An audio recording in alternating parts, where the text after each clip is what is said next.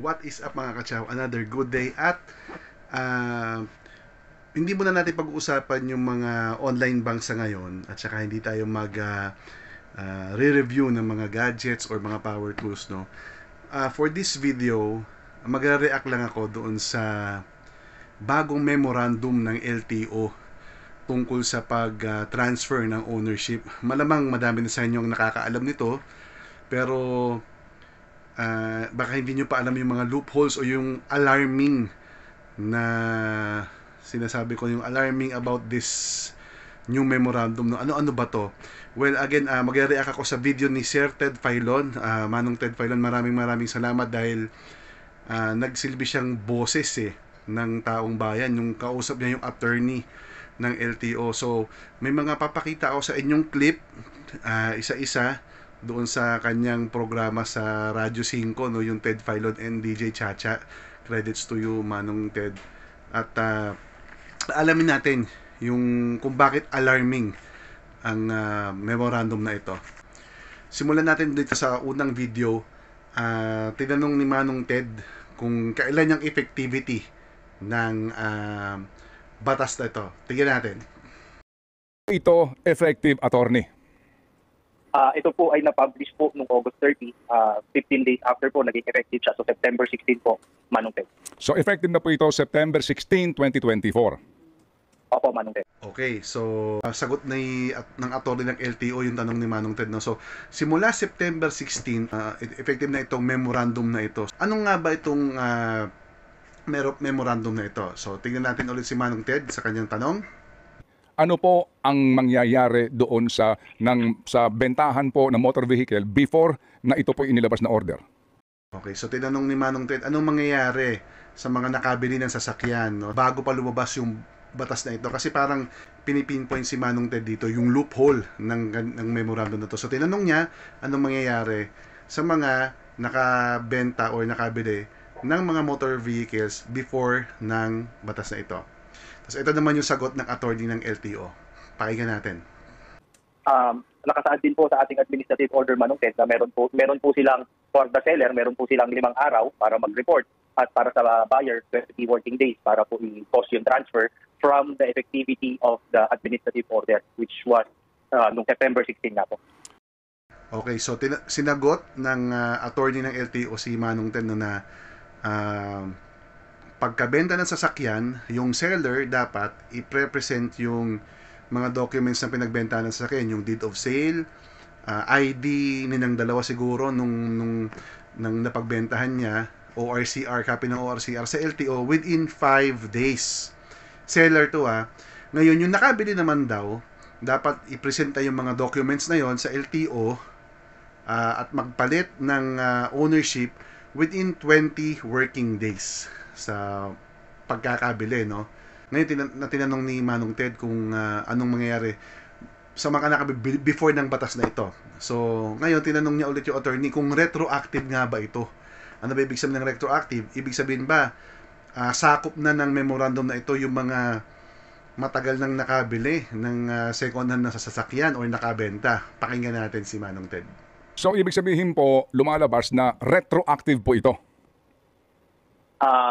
Yung binibigyan po natin ng fresh period po yung mga nagbenta before the effectivity ng 5 araw at 20 days from the effectivity po ng administrative order.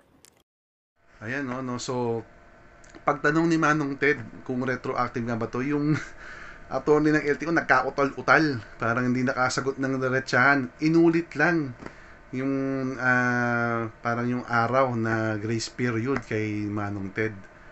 So tinanong ulit ni Manong Ted kung ito ba'y retroactive. Pakinggan natin siya. Attorney, to answer my question po, retroactive ito. Meaning, kung ibinenta ko yung kotse ko 10 years ago, ibinenta ko yung motorsiklo ko 5 years ago, ibinenta ko yung auto ko 1 year ago, sakop ako ng order na ito. Opo. So, retroactive, tama? Opo. Okay. Ayun, so pagkatanong ni Manong Ted kung ito nga ba'y retroactive, kasi hindi nakasagot sa unang tanong ni Sir Ted Filon yung attorney ng LTO Nag-yes na yung attorney ng LTO.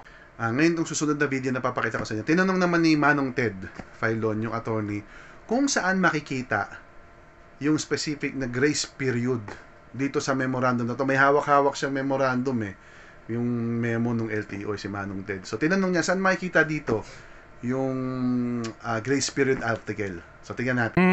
Okay. So, kung sakasakali po, meron kayo binabanggit na kaninyo ay grace period. Saan po sa provision ng order nito nakalagay yon? Nasa Section 5 po, Manong Ted, yung transitory period po. Ayun, so pagkatanong ni Manong Ted kung saan makikita, binigay ng attorney ng LTO yung article, no specific article. Pero parang ang pinapakita lang doon sa article na yon yung grace period nga, yung 5 days para sa seller at yung 20 days naman para sa 20 working days naman para sa buyer. So tinanong ulit ni Sir Ted Pailo, asan nga makikita yung grace period dito? Kasi binasa lang ni attorney yung yung same grace period na 5 days saka 20 working days.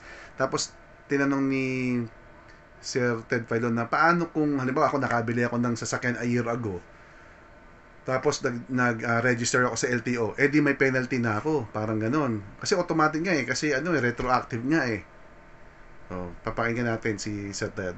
Opo, saan po particular dito? Kasi ang sinasabi lang po dito ay yung pong 5-day for reporting and 20 working days para po sa transfer of ownership. So, kaya nga po kung binenta ko yung sasakyan ko po 1 year ago, kung magkakukumahog ako ngayon ditong iparehistro ito, lampas na po itong 20 days na ito kasi October 21 na po ngayon Yan. So, tinanong ni Sir Ted Pailo, ito ngayon ang sagot ng attorney ng LTO na para sa akin is alarming and napakalaki ng loophole. Pakinggan niyo yung sagot ng LTO na attorney. Case to case po, Manong Ted, kung mai-justify po natin na bakit hindi natin nagawa po ito. Liberal naman po ang pag-construe po namin sa mga roles ng LTO. Attorney, sorry po attorney, sorry po. Naunawaan ko, mahihirapan kayo sumagot, no? Mahihirapan kayo sumagot kasi anong case to case, sir? Malinaw dito, wala naman nakalagay dito na late reporting will be dealt with case to case basis. Wala po naman, sir. Ayan. As per the LTO attorney, o as per the attorney of LTO, case to case basis daw. Ah, my God. Natawa na nga lang si Sir Ted Pailo. Kasi talagang, paano case to case basis? Sabi nga ni Sir Ted, wala naman nakalagay dito na case to case basis ang nasa article, no? So, yun nga mga katsaw, para sa akin kasi medyo alarming to, parang napaka-unfair naman, no?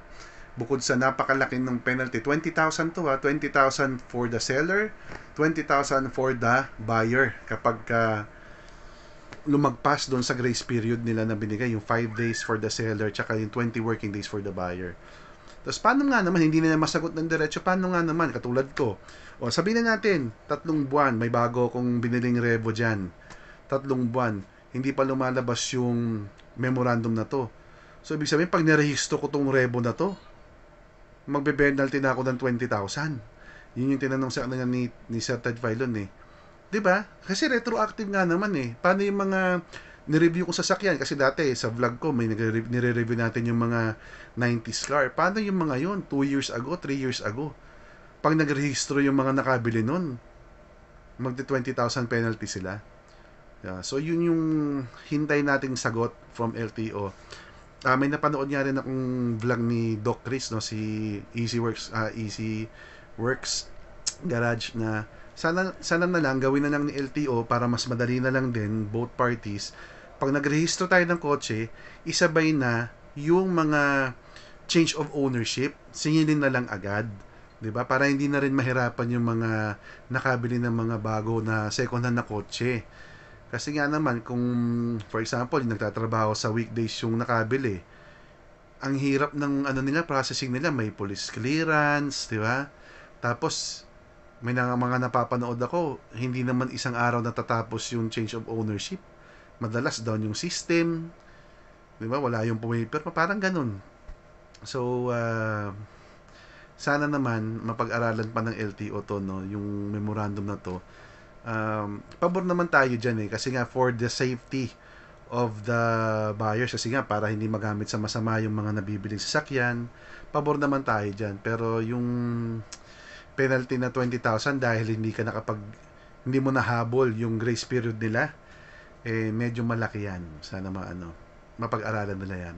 So maraming salamat mga kakatsaw. Kung nagustuhan mo yung video na to, don't forget to subscribe to my channel, click the notification bell, bigyan mo ako ng thumbs up, i-share mo na rin to para malaman pa ng iba nating vehicle owners yung loophole ng batas na ito.